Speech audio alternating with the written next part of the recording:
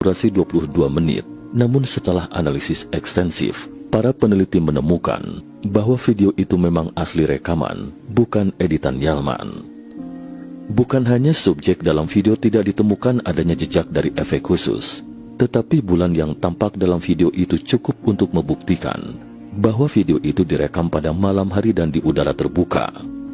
Seiring dengan perkembangan peristiwa tersebut, penampakan UFO itu pun menarik perhatian para profesional internasional. Editor ahli gambar video dan perusahaan efek khusus dari Jepang, Rusia, dan Chili kemudian ikut melakukan identifikasi terkait video tersebut. Dari hasil analisis dan penelitian mendalam mereka terhadap berbagai objek, lingkungan, suara dan lokasi dalam video, serta reaksi para saksi, dan perbandingan jarak fokus lensa setengah jalan yang bergerak ke bulan, akhirnya mereka menyimpulkan bahwa video itu asli, bukan hasil editan, sehingga video UFO tersebut kembali menimbulkan sensasi di internet, dan bahkan stasiun TV asing juga melaporkan peristiwa terkait. Jadi apa sebenarnya objek terbang seperti cakram itu? Mungkinkah makhluk yang duduk di dalam UFO itu adalah makhluk luar angkasa alias alien?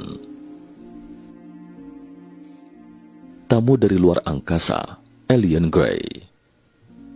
Meskipun itu adalah peristiwa puluhan tahun silam, tapi pembahasannya tidak pernah berhenti. Seiring dengan penelitian mendalam, Profesor Jose Atenas, peneliti dari Chili, memberikan laporan analisisnya sendiri pada 24 April 2012. Dalam laporannya, Profesor Atenas mengatakan bahwa ia memperbesar kelas up video asli Yalman dan menggunakan filter untuk meningkatkan eksposur pemandangan tersebut, mengekstrak data sebanyak mungkin tanpa mengubah kualitas gambar dan memprosesnya bingkai demi bingkai, hingga akhirnya Profesor Jose Atenas mendapatkan pemandangan yang menakjubkan. Di bagian celah pesawat luar angkasa, ternyata memang ada sesosok makhluk humanoid yang diduga alien. Hanya saja lengan dan kepalanya tidak terlihat begitu serasi, dan makhluk humanoid itu juga tampak menundukkan kepalanya dalam beberapa frame berturut-turut.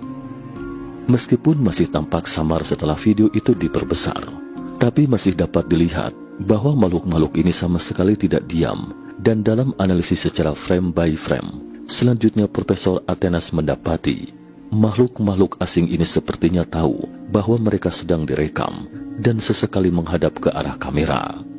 Dalam analisis frame by frame berikutnya, Profesor Atenas menemukan bahwa tidak hanya ada satu sosok makhluk humanoid di pesawat ruang angkasa, tetapi tiga. Dua sosok di depan adalah tipikal alien dengan mata besar, kepala runcing dan tubuh kurus. Sementara makhluk di belakangnya lebih mirip belalang alien seperti serangga. Bayangan ketiga sosok makhluk ini terus bergerak dan pesawat ruang angkasa yang melayang membentuk kontras yang tajam. Setelah dianalisis Profesor Atenas, video terkait kembali menarik perhatian publik. Seakan semua bukti menunjukkan bahwa itu adalah penampakan UFO yang nyata. Tetapi setelah tim mata ketiga menelusuri banyak informasi terkait, kami menemukan beberapa keganjilan.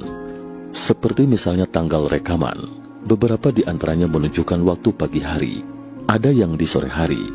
Mungkinkah rekaman video itu bukan pada waktu yang sama? Jika video itu palsu, bagaimana mungkin tidak diketahui dengan waktu atau tanggal yang begitu jelas? Sehubungan dengan ini, Yalman mengatakan bahwa hal itu disebabkan karena dia sendiri tidak mengerti bahasa Inggris atau tidak bisa menyetel pengaturan kamera. Namun karena tidak ada objek lain sebagai referensi dan tidak ditemukan perbedaan yang kentara dalam pemeriksaan latar belakang, jadi tidak ada yang bisa memastikan apakah penjelasannya itu bohong atau bukan. Tapi menurut tim mata ketiga, jika seorang videografer yang telah lama berkecimpung di bidang ini sampai tidak mengerti pengaturan fungsi kamera, bukankah itu konyol?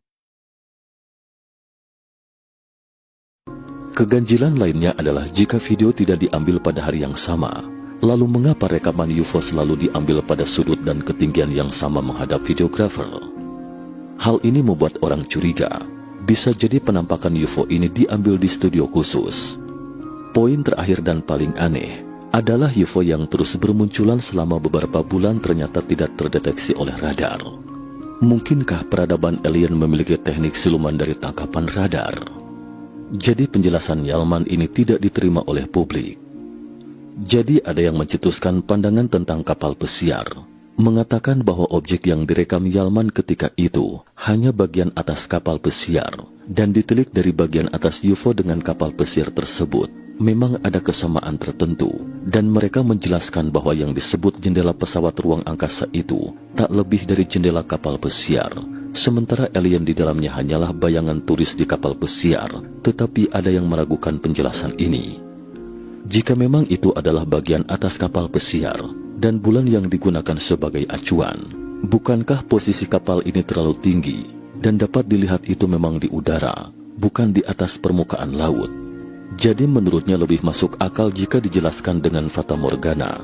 Tetapi jika itu adalah fata morgana, lalu bagaimana menjelaskan fenomena yang terjadi pada periode waktu yang berbeda ini selama beberapa bulan berturut-turut? Mungkinkah ada peradaban di luar bumi? Atau mungkin alien yang kita pikir itu ada di bumi selama ini? Lalu mengapa mereka tidak pernah menampakkan diri secara terbuka? Faktanya ini bukan pertama kalinya menampakkan UFO yang terekam di Turki. Banyak penduduk setempat juga pernah merekam pemandangan UFO dari rumah mereka. Kecepatannya yang fantastis dan pemandangan makhluk berbentuk manusia yang sedang beraktivitas belakangan dikonfirmasi itu memang rekaman nyata. Namun pada akhirnya, untuk menghindari kepanikan yang tidak perlu, pemerintah setempat mendefinisikannya sebagai fenomena yang tidak diketahui. Tapi jika dikaitkan dengan peristiwa di atas, mungkin peradaban alien itu akan segera terkuak, atau bisa jadi karena peradaban mereka yang jauh lebih maju dari kita. Lagi pula, di Bima Sakti saja ada lebih dari 100 miliar bintang, belum lagi galaksi yang tak terhitung jumlahnya di alam semesta. Jadi kita masih belum bisa menentukan posisi spesifiknya. Mungkin peradaban di bumi dan wujud dunia yang sebenarnya jauh di luar pengetahuan kita. Jika kita mengungkapkan faktanya secara gamblang, hal itu mungkin dapat memberi dampak secara psikologis bagi sebagian dari kita. Dan terkait data ini, pihak berwenang selalu menyangkal dan bersikap ambigu. Sebenarnya pemahaman dan pengetahuan kita terhadap peradaban luar bumi itu butuh proses. Dengan semakin banyaknya laporan tentang UFO, faktanya masih banyak informasi seperti ini yang tidak kita ketahui.